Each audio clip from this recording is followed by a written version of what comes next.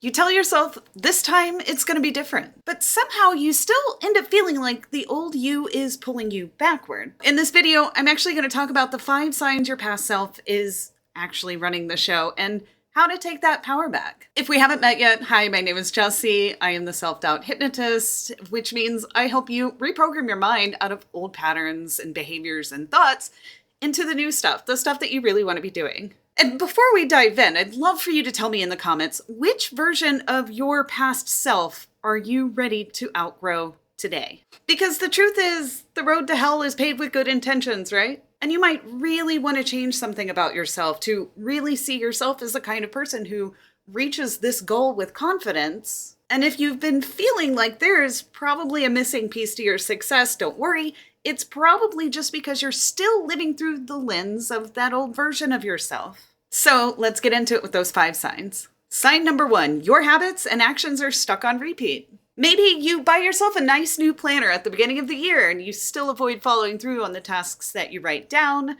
Who me? I have never been guilty of that. Or maybe you're the kind of person who signs up for the gym and you come up with justifications for not actually showing up and wind up doing your default doom scrolling while you binge watch that one Netflix show you're not even all that interested in. Also not guilty of that. Or maybe you're the kind of person who finds yourself a little lonely one night and you text that one ex of yours that you should have definitely deleted from your phone ages ago. And then the guilt creeps in when your actions don't line up with who you say you want to be. And you find yourself wondering if you're even capable of actually making sustainable change. Or worse, maybe wondering if you're broken or if there's something wrong with your brain. And if you're like most people, you probably think it's just about making a plan and white-knuckling changes to your habits. And you definitely don't need me to tell you that's literally the most not fun way of trying to change anyway. But I'm here to tell you it's not really about discipline, and I can feel your sigh of relief here. And don't worry, you're not really broken. And keep watching because in sign number 5, you're going to learn why this is a normal function of your brain and what's really going on and how we can get out of it. Underneath those habits is an identity. And if you don't change how you feel about who you are on that identity level underneath these unwanted habits and actions, you're just going to keep finding yourself sliding back into old ways, doing the same things you've always done. Sign number 2, you start off motivated and then you lose steam. A pretty universal example of this is that so many people believe that weight loss or fitness is just about going on a diet for like a period of time and overworking themselves at the gym, trying to get to their goal as quickly as possible. But it's not really about just making temporary changes. It's about acting as if you are already the person who has lost the weight. And to keep it off, you keep acting as if you're the person who has lost the weight. It's about shifting how you identify with the choices you make around food and movement, sleep, even alcohol, so that you actually step into becoming that fit, healthy, active person. And temporary actions don't create a permanent identity. And if you struggle to see yourself as actually being the kind of person who lives that kind of lifestyle as a way of existing in the world, you're just going to burn yourself out quickly and kind of avoid the things that you need to do to get to where you want to go. Motivation, it's nice. It's what gets you into action, but motivation fades. Identity sticks. And whether it's weight loss or just making a change about something in yourself, you must assume a new identity. You must choose to be the new person. And when you make that shift, motivation kind of becomes irrelevant. You simply do what you do because that's who you are. Sign number 3, you talk about yourself in outdated terms. You ever find yourself saying something like one of the following phrases to yourself? I can't believe I did that again. I always screw things up. I never stick to the plan. I should really be further along by now. Just kind of try one of those phrases on right now and notice how much inner resistance you feel inside. Resistance to actually taking action towards change. These kinds of phrases don't actually motivate you in a sustainable way. They just create shame, and shame keeps you stuck in a loop. So you actually have my permission right now to delete can't, always, never, should, and need to from your vocabulary. But if it were really just about tediously, consciously changing your self-talk around the challenges you face, you probably would have become your own best friend by now. But when you let your future you identity take the wheel, well, if you were to have already created the change you want in yourself, how would that change your inner monologue? Notice what changes when you consider your own inner self-talk from the perspective of your future self. How you identify doesn't just show up in your internal self-talk. It rules the level you set for your ambitions too. Because with sign number 4, you struggle to believe you deserve what you want. Since I was first introduced to the stock market when I was 16 years old in economics class, I knew I wanted to become a part-time stock trader. But I did not get into it right away. In fact, I avoided it for years. I didn't want to feel the pain of not being enough to really get a sense of myself actually stepping into that identity I wanted to become. And I met other traders over the years.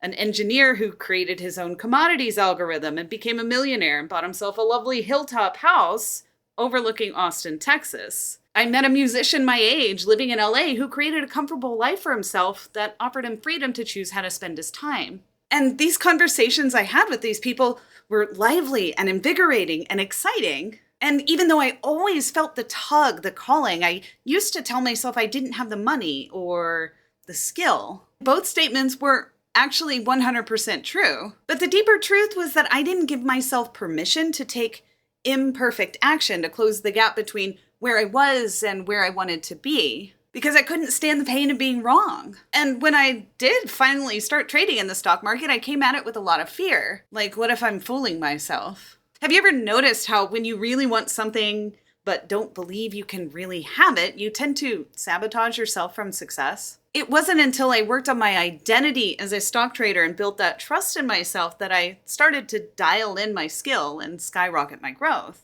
And maybe for you, it's starting that business or going back to school for something you're really passionate about, or creating the kind of relationship that would feel fulfilling and satisfying for you in the long term. It's the same for you, whatever your big dreams and goals are. When you work on changing how you feel about how you identify yourself, that's when your entire trajectory shifts forever. And take a moment right now to let me know in the comments, what is one big thing that you keep putting off because you're kind of afraid you don't really deserve it? And finally, sign number 5, you worry past failure means future failure.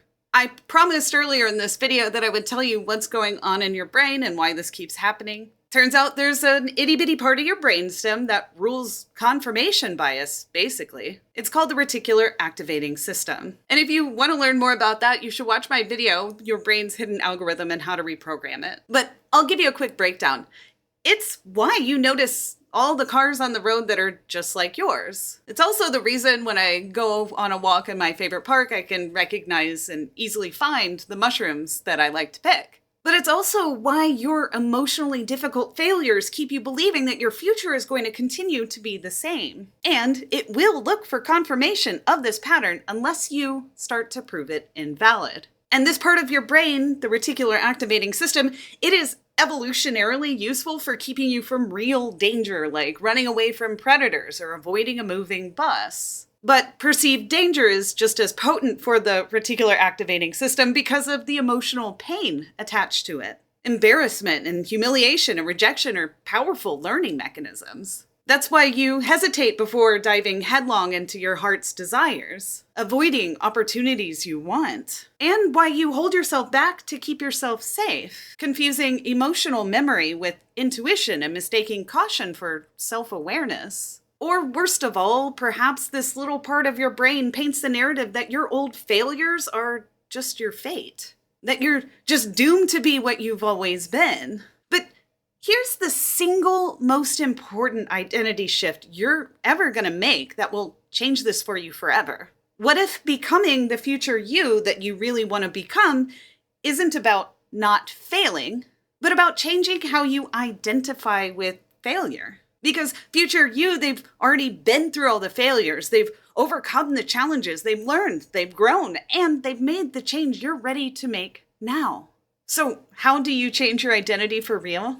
Well, that version of you, they already exist and they're not far away. But you keep trying to become them through past you strategies. And if you want to build consistency and follow through, you can't do it through an outdated lens. You can't keep using the same self-image that created the old patterns in the first place. And there's something future you understands that your past self doesn't. It's that an identity shift comes before real change. And you can consciously choose to identify as the person who does the thing, not just as a temporary decision, not just as a faraway dream, but by allowing yourself to shift into the identity of already being what you want to become. And that's honestly where most people get stuck when they try to change something about themselves. Especially when they try to do it on their own. They're still attached to that old identity. And why? Well, because no one taught you how to shift from past you into future you. And you can check out some of my other videos that touch on this subject. But I've also created a workshop to walk you through my simple 3-step hypnotic process that shows you how to do just that. They're neuroscience-based techniques that I share with my clients inside private one-on-one sessions.